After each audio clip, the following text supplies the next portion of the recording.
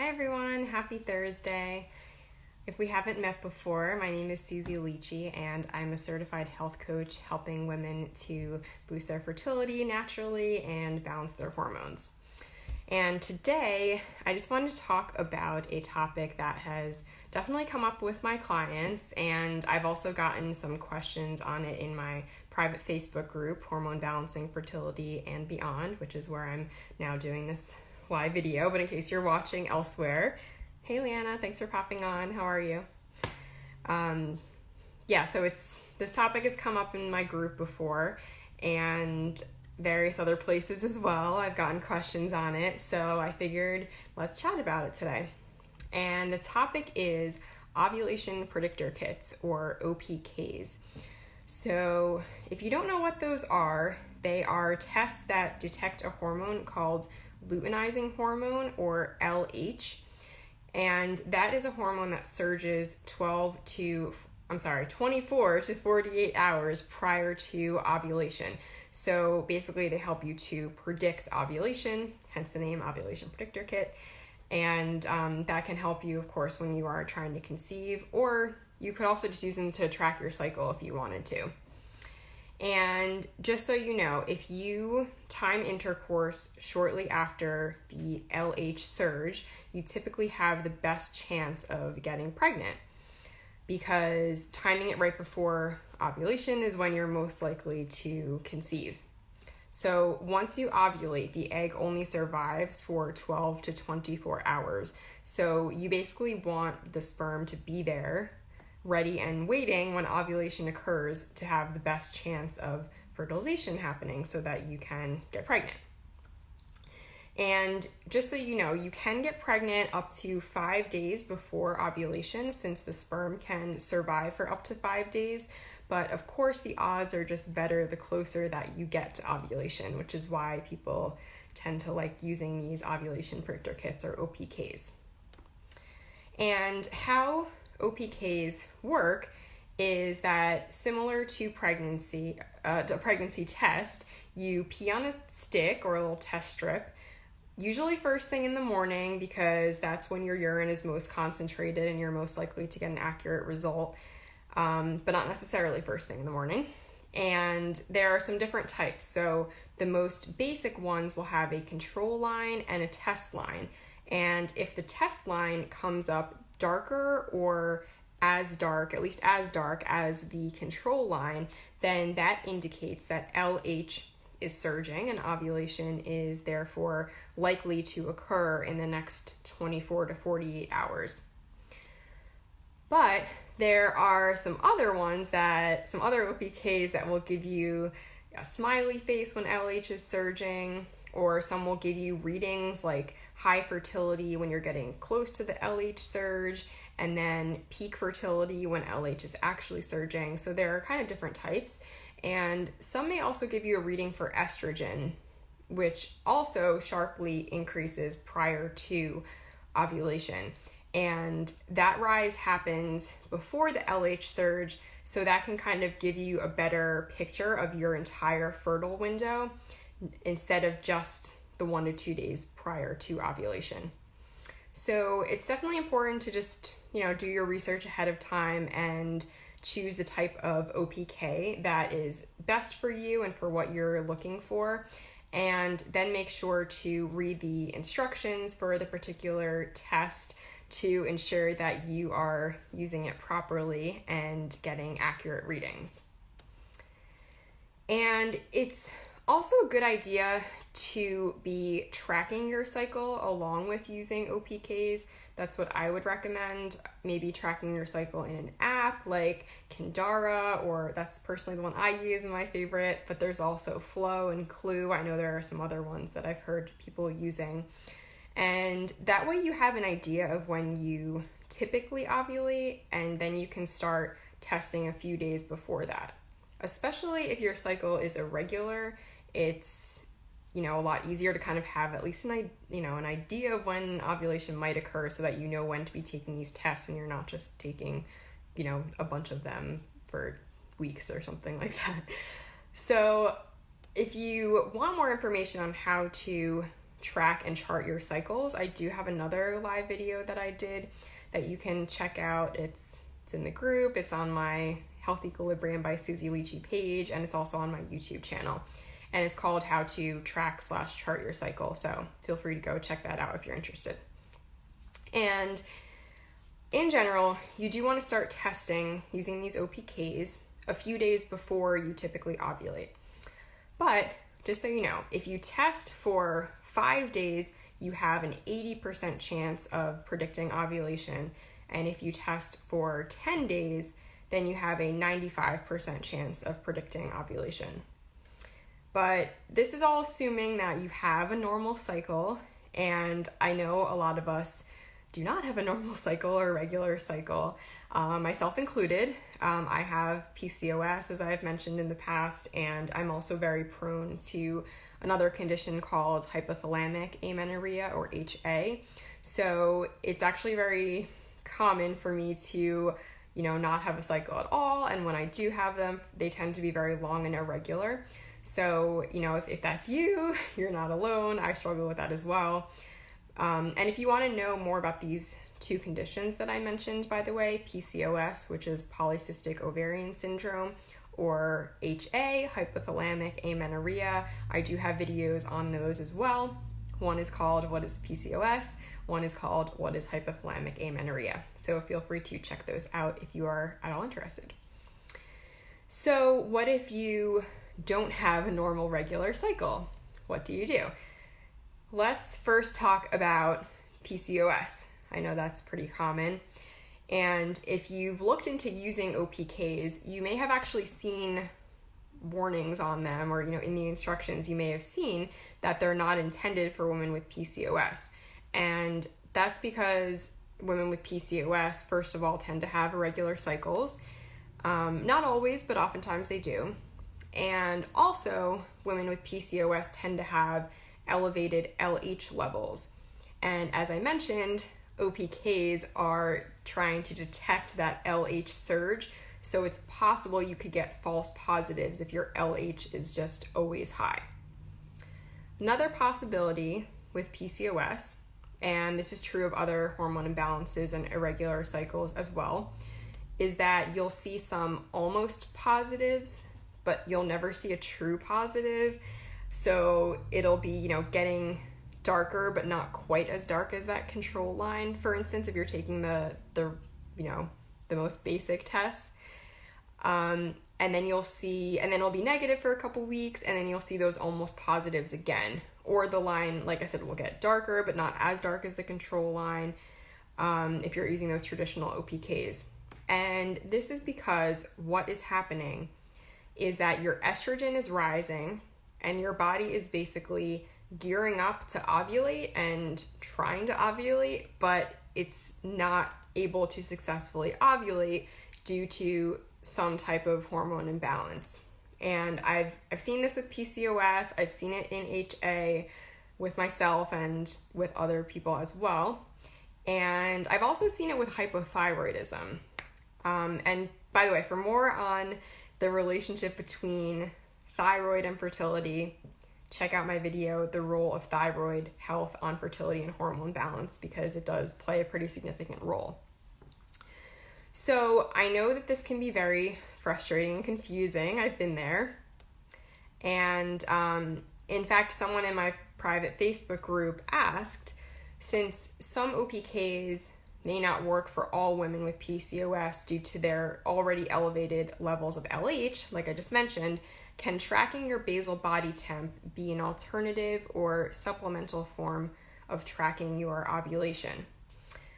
So, thanks for asking this question. It's definitely a good one. I'm sure other people are wondering the same thing. So, the short answer is yes. I would definitely recommend tracking basal body temperature, or BBT, as well as cervical mucus, and charting that either by hand or using an app, which, is my preferred way to do it. Like I said, I use the app Kindara for that. And that just gives you a better picture of what's going on with your cycle. And again, so more information on that can be found in my video on how to track or chart your cycle. Okay, so let's talk about some of the pros and cons of using OPKs. So first, let's do the pros. First of all, they are relatively easy to use. So unlike charting your basal body temperature, you don't have to remember to have a thermometer right by your bed to take your temperature every morning before you get up. So, that's one of the advantages to using OPKs. Although, like I mentioned, I do find that it's helpful to combine OPKs with tracking your cycle, especially if your cycles are irregular. Another pro is that unlike BBT charting, so say, you have really regular cycles and you're just using OPKs, unlike tracking basal body temperature, the OPKs can tell you when ovulation is approaching rather than when ovulation has already occurred, which is what happens with basal body temperature. So that's definitely an advantage, because once your temperature rises and you've confirmed ovulation, then it is actually too late at that point to get pregnant. But if you're also checking your cervical mucus, which again I do recommend tracking both basal body temperature and cervical mucus and even possibly cervical position, then it can give you a very good indication of when ovulation is approaching, so you can time intercourse effectively. So again, that's kind of a pro of the Ovulation Predictor kits, but it can be, you can also see when you're approaching ovulation using, BBT and cervical mucus charting. Okay, so another pro to OPKs is that they don't need to be used right when you get up necessarily. As I mentioned before, it's usually best to use first morning urine, they call it FMU, since it's the most concentrated and will usually give you the most accurate result. But you don't necessarily have to. If you take the test within the same 6-hour window each day, then you should still get a pretty accurate result. And another pro is that if you are not comfortable checking for cervical mucus, or it confuses you, or you just don't feel like you have much cervical mucus, which is a whole other topic, but anyway, you may feel just better and more confident about using the test strips, the OPKs. Okay, so then some cons of using OPKs are that using them month after month can, obviously get expensive versus, charting your BBT and your cervical mucus is essentially free, unless you have to buy a thermometer, but that's not too much of a cost.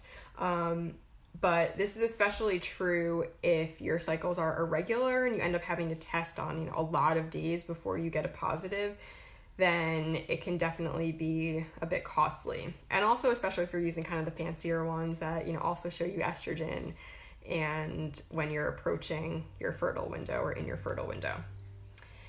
And another con is that some people have trouble reading a positive ovulation test result. If you don't get a strong LH surge, it can kind of be difficult to tell when the test line is as dark or darker than the control line, or if you have a very short surge and you can't really time it so that you catch it, that can also be an issue for some people. And another con, like we touched on, is that ovulation tests may not work well for women with PCOS because they can have several LH surges or high levels of LH throughout their cycles. And but it is important to note that they can still work for you, but I do recommend, again, tracking your cycle using BBT and cervical mucus and possibly cervical position, along with using the OPKs in that instance in particular. And another con, so since they are testing for LH, they could give you positive results all the time or on several days, so you can have false positive readings on occasion. And as I mentioned before, when we talked about PCOS or just hormonal imbalances, they can kind of signal that your body is trying to ovulate, especially, when you get a bunch of almost positives or even if you actually end up getting a positive, it's not a guarantee that your body is going to ovulate. So basically, OPKs cannot confirm that ovulation has happened, because it is possible to have an LH surge or to have high LH levels without your body and, actually releasing an egg. So again, that's why I keep saying this, but I really recommend charting your cycle in addition to using OPKs, especially if your cycle is irregular. And lastly, the last con is that there are a couple instances where OPKs may be inaccurate. And those are, in addition to the kind of the caveats that I mentioned with PCOS, in women who are over 40, since you may be approaching menopause at that time period, you may have consistently high levels of LH, even if you're not ovulating. So that's kind of one caveat. And then another instance where they might not work is if you're using certain fertility treatments, then OPKs may not be reliable. So just a couple things to keep in mind, but overall I think that OPKs can be a really good tool. You just kind of have to know how they work, what they're testing for, and where some of the difficulties or margins of error could be. But I do think they're a great tool, especially when used in combination with tracking and charting your cycle with basal body temperature and cervical mucus if you are trying to get pregnant or just trying to track your cycle to see what's going on. So I do think that they are a useful tool overall. So if you have any more questions about this topic or anything else, feel free to reach out to me. I'd be happy to answer them. And I also want to remind you guys that I offer one-on-one coaching programs for women who are trying to conceive and also women who are trying to balance their hormones. So if you're trying to conceive, I do have a program called Pathway to Pregnancy. And if you're trying to just balance your hormones, I have one called Pathway to Hormone Balance. And both of these are one-on-one coaching programs. So you get a ton of support from me, and it's an individualized program. So, we have topics that we will run through, but it'll really be individualized to you and your needs. And you will have coaching sessions with me, and then you'll have access to me in between. I'll give you tons of resources and support. So, it's a good way to go if you're having trouble in these areas. And, if we do the program together, then you will be well on your way to either getting pregnant and having a healthy pregnancy, or being relieved from, some of the uncomfortable symptoms that can crop up when you have a hormone imbalance like PCOS or HA. So if this sounds like something that you could benefit from, or someone could benefit from, please just send me a message. I can tell you a little bit more about how the program works, and also happy to hop on the phone if you want. We can chat a little bit about it and see if it's a good fit. And let's see what else I have for you guys. I have my top 5 tips for boosting your fertility. That's a little freebie for you guys. It's on my website, healthequilibriumcoaching.com. Just pop in your name and email address and you will get access to that free guide. And I have another freebie, which some of you may have seen. It's a 5-day meal plan to help you regulate your cycle and get pregnant. And so if you don't already have that, I'd be happy to send you the link for that one. And if you are watching from somewhere other than my private Facebook group, I invite you to join us there. It's called Hormone Balancing, Fertility, and Beyond. And I do have another private Facebook group too, which I know some of you are part of, but in case you are not aware, I do have another one called Safer Skincare and Makeup by Susie Leachy. That's another area that I'm passionate about, is using, safer, more natural, non-toxic products, since, what you put on your skin gets absorbed into your bloodstream, and a lot of personal care products and other products like household cleaning products, things like that. But the skin is, one area that's really important because it's, again, going directly into your bloodstream. But a lot of the products that are on the market today contain chemicals that disrupt hormones. So that's another area I'm passionate about. So if you are, interested in that, you can check out Safer Skincare and Makeup by Susie Leachy.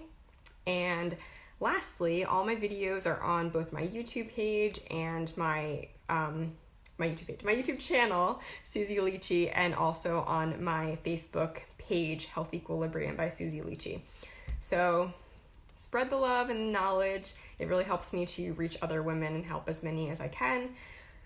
And I think that's all I have for you. So have a great rest of your week, everybody, and I will see you next time. Thanks for watching.